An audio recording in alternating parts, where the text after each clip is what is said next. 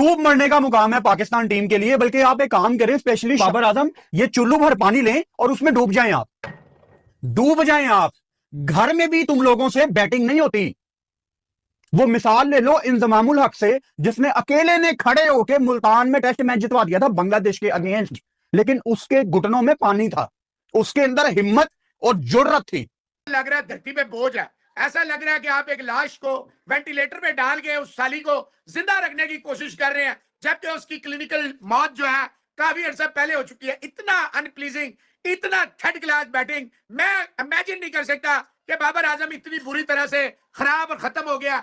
और मजे की बात यह है मोहसिन साहब, इसको कैरी किया जा रहा है, कैरी किया जा रहा है, कैरी किया जा रहा है का किंग बन के जो खेले जा रहा है, चुपड़ बड़े करके दिखाए जा रहा है। इससे फायदा क्या हो रहा है? कुछ भी नहीं हो रहा, सिवाय लानत के मिल क्या रहा है पाकिस्तान क्रिकेट में? कुछ भी नहीं। लोग यानी कि आमिर सोहेल कह रहे हैं कि बिग बिलो, मैसिव बिलो, अबे ये अब तुम्हें पता चल रहा है। मुझे लगता था कि बाबर आजम में इतना तो सब कुछ बाकी है कि एक फाइट आज के दिन जैसा तो बाबर आजम को टेम्पलेट मिल ही नहीं सकता था, लेकिन आज बाबर आजम ने साबित कर दिया कि आपकी जो हाइप थी ना, वो सिर्फ हाइप थी।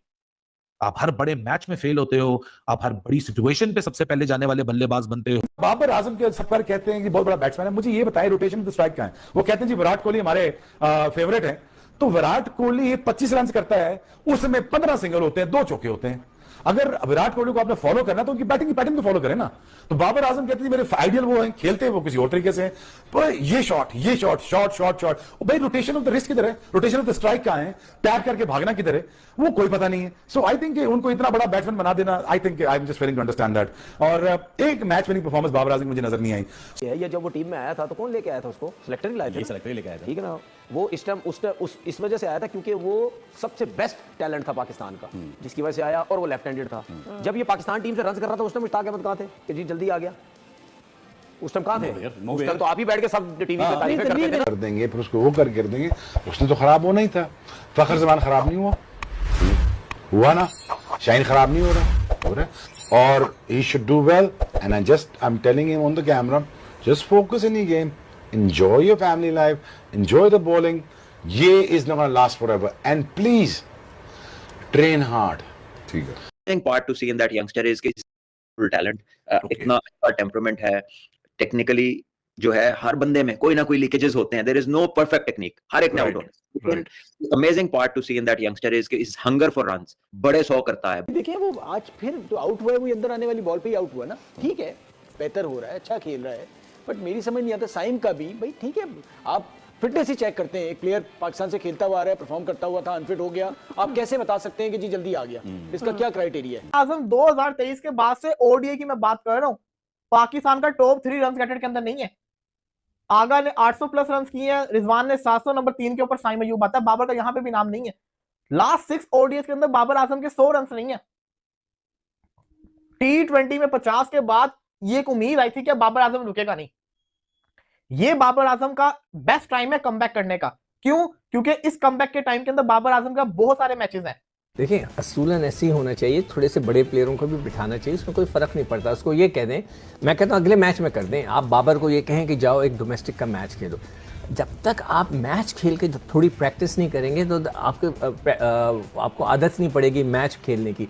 आपको ये करना पड़ेगा। अगर नहीं करेंगे तो फिर आपकी टीम इसी तरह रगड़ते रगड़ते चलती रहेगी। नए इंडक्शंस नजर नहीं आएंगे, नए प्लेयरों का हमें झलक नजर नहीं आएगी। तो बारिश के खुदा के वास्ते बाबर आजम को क्रिकेट खेलने दें, उसको तबाही की जानिब ना लेकर आए, उस पर इतना प्रेशर ना डालें कि वो जो है वो अगर कुछ करना भी चाह रहा हो तो ना कर सके, और इतना कुछ उसके ऊपर बोझ ना डालें कि वो अपनी क्रिकेट को ही जो है वो भूल जाए। लिहाजा ये है कि पाकिस्तान कहीं क्लैरिटी नहीं है, कहीं ना कहीं जो शॉट्स की रेंज है वो कम है, क्योंकि कुछ बॉल ऐसे थे स्पिनर्स के कि जिनको आप शॉट खेल के बाउंड्री की तरफ निकाल सकते थे, और फिर कहीं एतमाद की कमी है, कुछ ना कुछ, ये सारी चीजें मिलाकर कुछ ना कुछ जरूर नजर आता है। अच्छे चैनल पे बॉल किए उन्होंने। बाबर आजम फिर से आउट, फिर से सेंचुरी मिस हो गई, इनिंग्स की तादाद 83 हो गई। हो सकता है कि इनिंग्स की ये जो तादाद है सेंचुरी के इंतजार में सेंचुरी ही ना कर जाए, मतलब 100 इनिंग्स इंटरनेशनल ऐसी ना आ जाए कि बाबर आजम की सेंचुरी ना आई हो। पता नहीं लोग क्या चाह रहे हैं, पता नहीं लोग क्या साबित करना चाह रहे हैं कि बाबर आजम को टाइम चाहिए। भैया अभी से इसे टाइम दे दो, आपके T20 वर्ल्ड कप, आपके ओडीआई वर्ल्ड कप तक ये कुछ बेहतर अंदाज से खेलना शुरू कर दे, या अपनी जो लक है इसको साथ लेकर आ जाए। अगर आपने बाबर को खिलाना है, आपने फखर को खिलाना है, तो आप इनको बताएं कि आपके पास इतने मैचेस हैं, इतनी ये आपके मैचेस मिलेंगे आपको, आप अपने माइंड के साथ जो आपके स्किल हैं आप उस पर खेलें, क्रिकेट खेलें और परफॉर्म करें, आपको नहीं ड्रॉप किया जाएगा। लेकिन अगर आप ये उनके ऊपर तलवार लगा के बैठ जाएंगे, चाहे जितना भी बड़ा प्लेयर हो, दुनिया में कोई भी प्लेयर आता है उसको आप उस पर तलवार लटकाएंगे तो वो मुश्किल में आएगा। बाबर आजम की जहां तक बात है, उनकी जो प्रॉब्लम्स हैं वो अभी तक आप सबके सामने है, कोई नई बात नहीं कि वो स्पिनर्स में देखे ना अपने आप, अगर आज बॉलिंग उनको देखेंगे तो लेफ्ट आर्म स्पिनर को मिडिल स्टंप करते करते एक बॉल अंदर किया, वो फंस गए। तो वहां पे उनको अब पता नहीं वो किस किस्म की कोचेस जो हैं वो प्रैक्टिस करा रहे हैं, टैक्टिकल प्रैक्टिस करा रहे हैं, उनको नहीं करा रहे, क्योंकि बाबर आजम एक बहुत बड़ा प्लेयर है, उसको अगर किसी चीज की प्रॉब्लम होती है तो वो उससे आउटकम बाहर आ सकता है अगर अच्छी तरीके से प्रैक्टिस कराई जाए। बाबर आजम का प्रॉब्लम क्या है? आज आमिर सोहेल ने भी ड्यूरिंग द कमेंट्री कहा कि इतने सारे कोचेस पाकिस्तान टीम के साथ मुंसलिक रहे, कोई भी जो है बाबर आजम के टेक्निक के ऊपर काम नहीं कर सका। अब इसमें दो पहलू हैं, काम नहीं कर सका या बाबर आजम किसी और के लिए सुनने के लिए तैयार नहीं है, क्योंकि बाबर आजम को पाकिस्तान में क्रिकेट से बड़ा कर दिया गया है। चलो ठीक है, मुझे लगा कि हाँ बाबर आजम टाइम ले रहा है, 2 आउट हो गया, फिर तीसरा भी आउट हो गया, अब बाबर आजम जरा चलो लंबा खेलेगा, ठीक है विकेट गिर रही है, ये फिर लंबा भी नहीं खेल सकते भाई। गेंदें जब तुम लोगों ने ये जो 51 गेंदों पे 29 किया है, तो फिर ये जो डिफरेंस है गेंदों का, ये पूरा किसने करना है? आउट हो गए वापस चले गए, सेम स्टोरी विद फखर जमान। जब तुम 55 गेंदों पे 32 कर लेते हो, तो ये जो डिफरेंस बीच में गेंदों का रन का डाल के गए हो आप लोग, तो ये फिनिश तो करके जाओ। जब इतना टाइम ले लिया, क्रीज पे मौजूद है आप, फास्ट बॉलर शुरू में वो नहीं खेले गए आपसे, हसरंगा आके आपको वो हमेशा ही नंगा कर जाता है, वो हमेशा ही आउट करके चला जाता है, और वो इनसे संभलता नहीं है।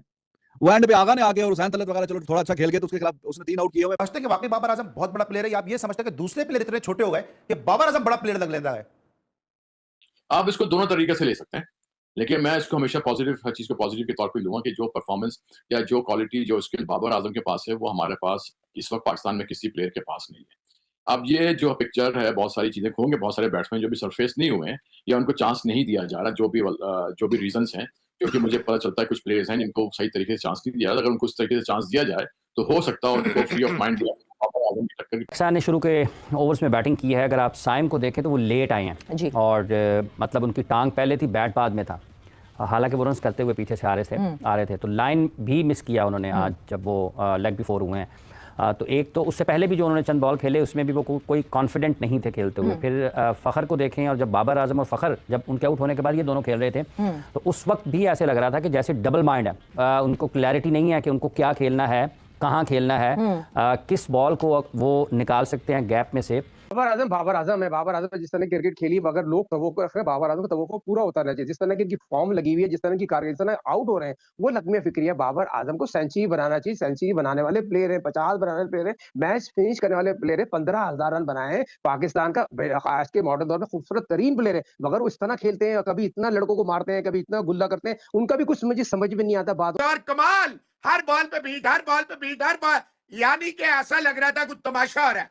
Ever since Agha came to the crease, Babar का कॉन्फिडेंस भी बेहतर हुआ। और टिपिकल देखिए, बाबर ने कसम खाई है, ऑफ स्पिनर हो, लेग स्पिनर हो, फास्ट बॉलर हो, गली का बॉलर हो, मल्ले का बॉलर हो, हसरंगा तो बहुत अच्छा बॉलर है ना, कोई भी बॉलर हो, इतना गंदा मोहसिन इजाज साहब ये बोल्ड हुआ है, इतना गंदा ये बोल्ड हुआ है बाबर, जिसकी इंतहानी 51 बॉलों में 29 रन, कंप्लीटली क्लूलेस। भैया आज तो बोल्ड हो गया, आज तो पाकिस्तान चेज भी नहीं कर रहा था, पाकिस्तान टारगेट दे रहा था, पाकिस्तान के पास टाइम ही टाइम था कि भाई 16 ओवर के अंदर पाकिस्तान 50 स्कोर करता है। 16 ओवर के अंदर आप अंदाजा लगा लो कि पाकिस्तान आधे ओवर खेल जाता है और 100 नहीं होता, मतलब 25 ओवर हुए पड़े हैं, पाकिस्तान से 100 नहीं होता, वहां पर भी बाबर आजम 100 किए बगैर चला जाता है, 29 पर आउट हो जाता है, बोल्ड हो जाता है। बाबर का टाइम था जब वो खेल रहे थे, अगर वैसे वो इतना मुश्किल टाइम नहीं था जितना उन दोनों की वजह से लग रहा था, ठीक है, क्योंकि वो अच्छा खेल नहीं रहे थे। तो अब वो टाइम था कि जब आप अपनी बैटिंग में जो आपने डॉट बॉल खेले हैं, आप अपनी एवरेज को बेहतर कर सकते हैं, 7, 8, 9, 10 रन पर ओवर करके आपके जो डॉट बॉल्स हैं आप उनका खाता पूरा कर सकते हैं। लेकिन जब आप इस किस्म के शॉट्स खेलते हैं, जब आपके रन्स नहीं निकल रहे होते हैं और फिर बॉलर आपको ट्रैप करता है, जिसका आपने भी हवाला दिया है, तो यही तो मुकाबला है। क्या बॉलर आपसे आगे है या आप उससे आगे? बाबर आजम को चाहिए कि रेस्ट ले लो, बाबर आजम कुछ दिन रेस्ट ले, खुद को सोचे, खुद के साथ बैठे और फिर निकल कर आए और फिर आकर पाकिस्तान के लिए स्कोर बनाए। उतनी देर यंगस्टर्स को मौका मिलना चाहिए। ये बात सिर्फ बाबर आजम की नहीं है, साथ में फखर जमान की भी है। फखर जमान का भी यही है कि फखर जमान फ्लॉप फ्लॉप फ्लॉप होता आ रहा है और हम है कि इसी चीज को पकड़े हुए हैं कि फखर जमान मैच विनर है। बात है, Babar is the focal point of Pakistani batting, तो बात जरूर उसके ऊपर होना साझा है। ये जाहिर सी बात है कि जो बात होती है कि जी आउट ऑफ फॉर्म है या आउट ऑफ टच है या आउट ऑफ आइडियाज है, आज फिर एक दफा वही वाला डिसमिसल है जिसके ऊपर बाबर आजम हस्बे आदत, हस्बे हालात, हस्बे जज्बात आउट होते आए हैं। सो वही वाली बात आपको दिखेगी बार बार। चाहे लेफ्ट आर्मर आ जाए, वही एक स्ट्रोक डिलीवरी आर्म बॉल की, वो बाबर उस पे विकेट देंगे। लेफ्ट आर्म पेस बॉलर आ जाए, वही आपको आउटसाइड एज निकाल के ले जाएगा, आप या तो एलबीडब्ल्यू के कैंडिडेट बन जाएंगे। वही अगर आप लेग स्पिनर के ऊपर आ जाए तो आप रॉन्ग रन नहीं पकड़ पाएंगे, आप गूगली नहीं पकड़ पाएंगे। तो ये तो वो इश्यूज है जो आपको पिछले एटलीस्ट 2 सालों से बार बार बाबर आजम खास करके इतना टोक टोक टोक टोक टोक मतलब ये कौन से जमाने की क्रिकेट है कि शुरू के आप 15 ओवरों में 50 करें, 30 ओवरों में भी 120 नहीं बना पाकिस्तान का। आफ्टर 30 ओवर्स 120 रन बोर्ड पे नहीं थे। ठीक है, विकेट गिरती रहती हैं बीच में, अगर गिर गई है नहीं समझ आ रही, थोड़ा पेस तो थोड़ा रन का तो ऊपर जाना चाहिए।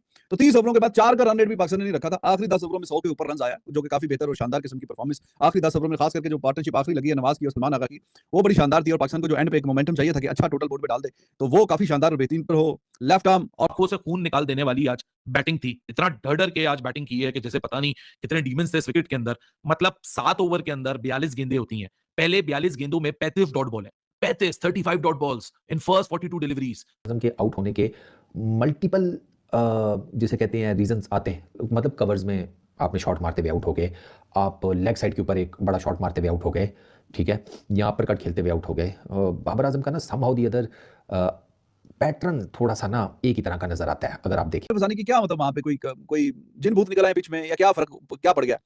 There were no demons in the pitch. Bowling कुछ अच्छी करवाई है, लेकिन अच्छी बॉलिंग का ये मतलब तो नहीं है कि आपने टोक ऐसा शुरू कर दें, ऐसा शुरू कर दें कि बस आप फिर इंतजार ही करते रहें।